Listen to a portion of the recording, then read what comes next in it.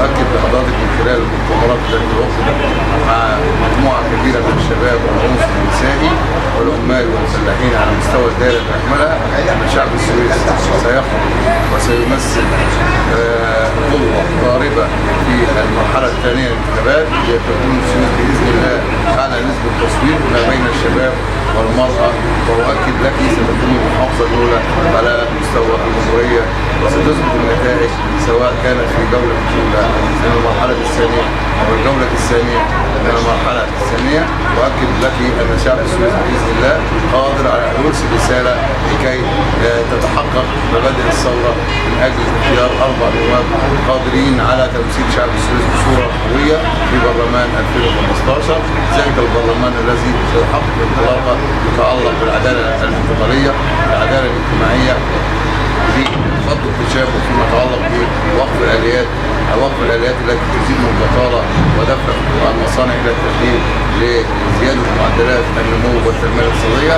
سيكون هناك دور قوي في محافظة قوية تمثل جزء كبير من الاقتصاد القومي.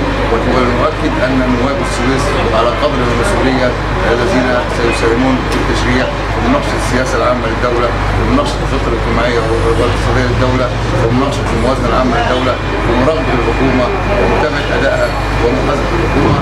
ونؤكد أنه لا تمييز بين أي مواطن على أرض السويس بل على مستوى الوطن، لا تمييز، لا بساطة، لا مجاملة في مجال الوظائف. الوظائف حق للجميع، الوظائف طالما أنها تبنى على أساس معايير موضوعية.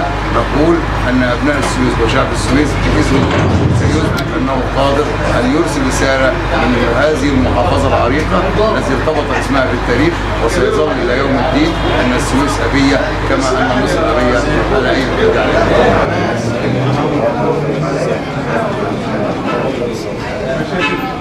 بسم الله الرحمن الرحيم.